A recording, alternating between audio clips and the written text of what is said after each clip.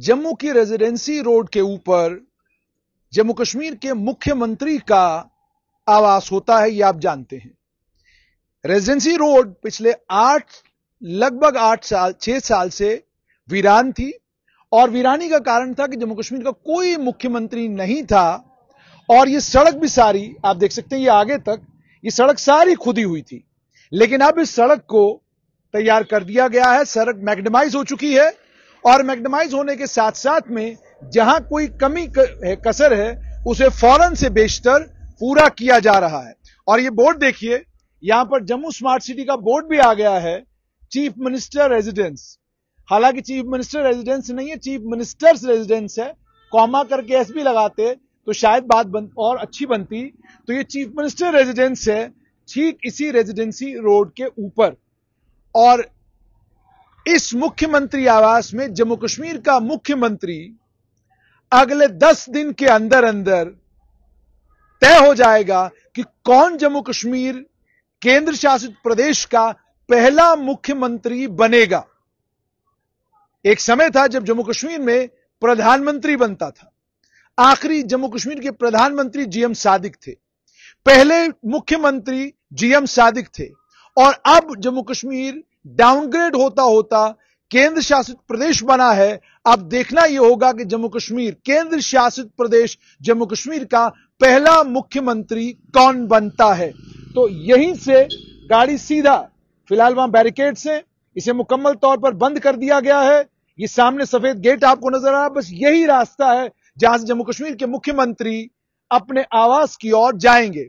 लेकिन पिछले 6 साल से जम्मू कश्मीर का मुख्यमंत्री नहीं है। 6 साल के बाद जम्मू कश्मीर में असेंबली के चुनाव हुए हैं और इन असेंबली के चुनावों को लेकर कल जो एग्जिट पोल आया है उसने बताया है कि असेंबली हंग होगी।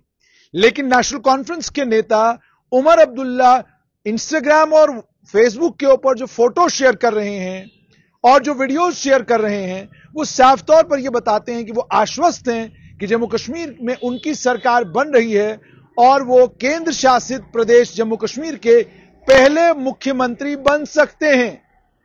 और इतना ही नहीं बल्कि डॉक्टर फारूक अब्दुल्ला भी आक्रामक अंदाज में नजर आ रहे हैं।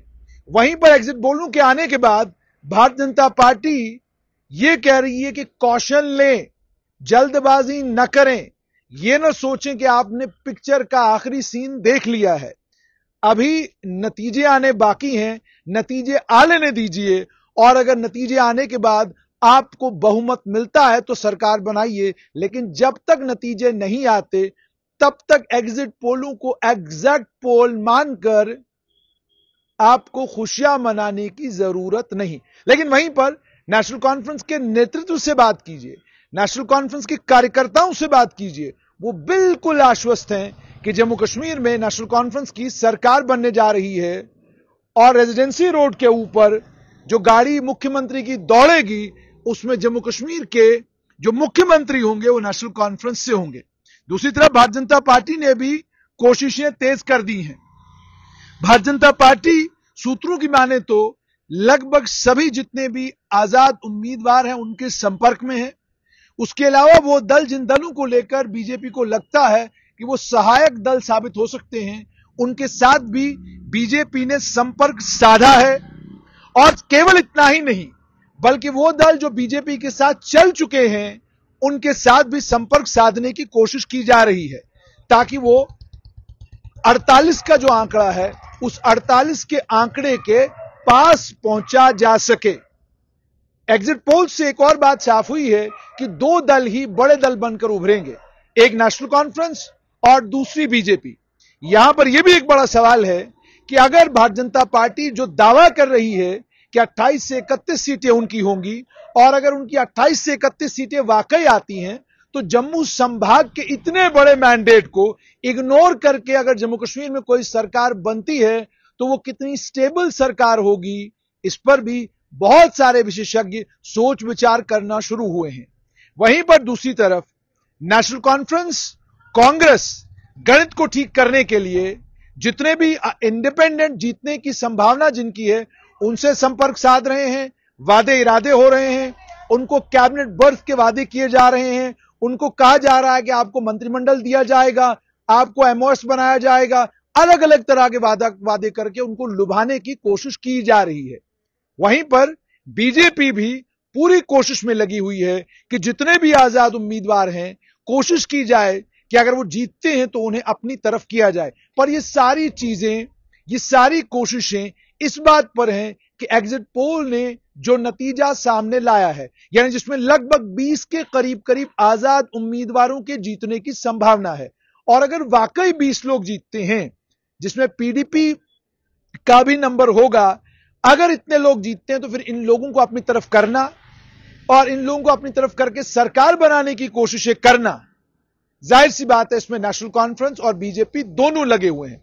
एक जगह, अब जहां तक आप नेशनल कॉन्फ्रेंस की लीडरशिप की बात करें तो वो सुपर कॉन्फिडेंट है, क्योंकि उनको लेकर ये कहा जा रहा है कि 35 सीटों के आंकड़े को वो क्रॉस कर सकते हैं, और 35 सीटों के आंकड़े को क्रॉस करते हुए जम्मू संभाग से भी लगभग 5 ऐसी सीटें हैं जिन पर वो मजबूत भी हैं, दावेदारी भी उनकी है, और एग्जिट पोल्स में ये दिख भी रहा है कि शायद वो इन 5 सीटों पर सफलता हासिल कर सकते हैं। पर एग्जिट पोल्स हैं, एग्जैक्ट पोल आएगा तब पता चलेगा। तो सबसे बड़ा दन बलकर अगर नेशनल कॉन्फ्रेंस उभरती है और जम्मू संभाग के जिलों से बीजेपी को वो बहुमत मिलता है जो साल 2014 में मिला था, तो क्या उसके बाद इतने बड़े मैंडेट को इग्नोर करके नेशनल कॉन्फ्रेंस कांग्रेस सरकार बनाएंगे? और क्या महबूबा मुफ्ती बिना शर्त, बिना कोई बातचीत किए, बिना किसी बार्गेन के इन दोनों पार्टियों को समर्थन देंगी? क्योंकि बताया जा रहा है कि पीडीपी की 7 से 8 सीटें खेल को बिगाड़ने का काम कर सकती हैं, और खेल की कुंजी जो है वो महबूबा मुफ्ती के हाथ में रहेगी। पर ये सारी बातें इस बात पर निर्भर है कि नेशनल कॉन्फ्रेंस का घाटी में स्कोर कितना होगा।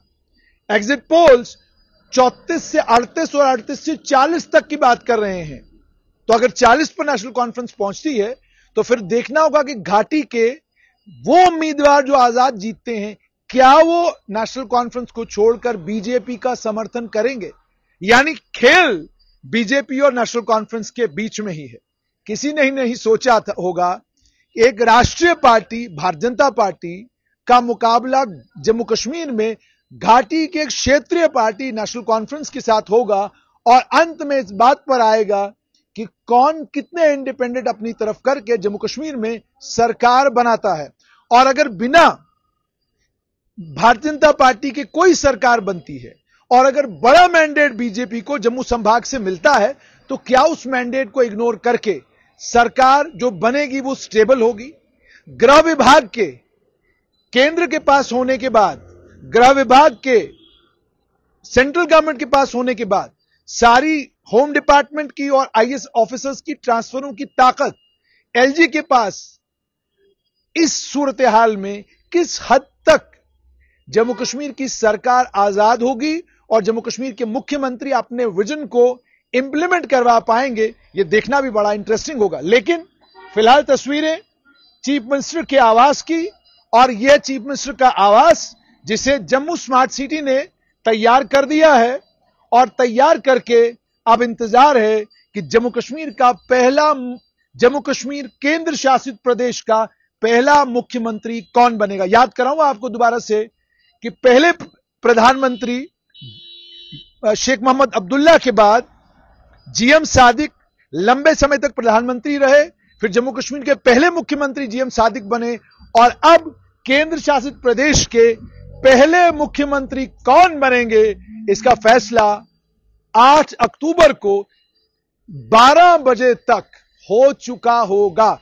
अगर नेशनल कॉन्फ्रेंस कांग्रेस को पूर्ण बहुमत मिलता है तो फिर तो सवाल ही नहीं पैदा होता किसी तीसरे दल का, लेकिन अगर ऐसा नहीं होता, पेच फंसता है, तो फिर 5 नॉमिनेटेड मेंबर और उसके अलावा जितने भी आजाद उम्मीदवार हैं वो सरकार का भविष्य तय करेंगे। बीजेपी के पास एक ट्रम्प कार्ड है कि वो 5 एमएलए को नॉमिनेट करके अपना पूरी सरकार का गणित बिगाड़ सकती है, इसकी संभावना भी है।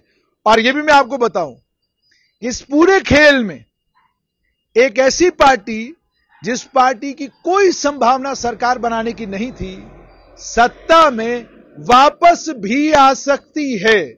लेकिन वो कितना नुकसानदेह उस पार्टी के लिए होगा, वो पार्टी का नेतृत्व समझता भी और जानता भी है। मगर जैसे मैंने आपको कहा, politics is art of possibilities. When nothing is possible, something is always possible. जब कुछ भी मुमकिन नहीं, राजनीति में सब कुछ मुमकिन है। तो देखना यह होगा 8 अक्टूबर की शाम किस पार्टी के लिए क्या खबर लेकर आएगी। क्या बीजेपी का जनाधार घटेगा या बढ़ेगा, और नेशनल कॉन्फ्रेंस का बढ़ता हुआ जनाधार नेशनल कॉन्फ्रेंस को 1996 के बाद कहां लाकर छोड़ेगा, और कितने लोगों की जरूरत नेशनल कॉन्फ्रेंस कांग्रेस को सरकार बनाने के लिए पड़ेगी। और से मैंने आपको कहा, मैं कांग्रेस नेशनल कॉन्फ्रेंस इसलिए नहीं कह रहा क्योंकि National Conference all said and done, हर किस्म के आप गणित लगाइए, कांग्रेस से नंबर में फार अहेड होगी। और मुझे लगता है कि यहां तक सूरत हाल पहुंच सकती है कि वो ये तक कह सकते हैं कि कोई डिप्टी सीएम की जरूरत नहीं, आप केवल एक मंत्री पद लेकर जो है आराम से सरकार में बैठ जाइए। ये सारी, क्योंकि जैसे मैंने आपको कहा कि जब आप एक बड़े जनाधार के साथ आते हैं तो आपको किसी भी पार्टी की जरूरत नहीं होती, पार्टियों को आपकी जरूरत होती है। तो क्या जम्मू कश्मीर के पहले प्रधानमंत्री शेख अब्दुल्ला के बाद, पहले मुख्यमंत्री जीएम सादिक के बाद, अब केंद्र शासित प्रदेश के पहले मुख्यमंत्री कौन बनेंगे, इसका फैसला 8 अक्टूबर को होगा। और तब तक पर्दे के पीछे जो कुछ होगा आप तक स्ट्रेट लाइन के माध्यम से पहुंचाते रहेंगे।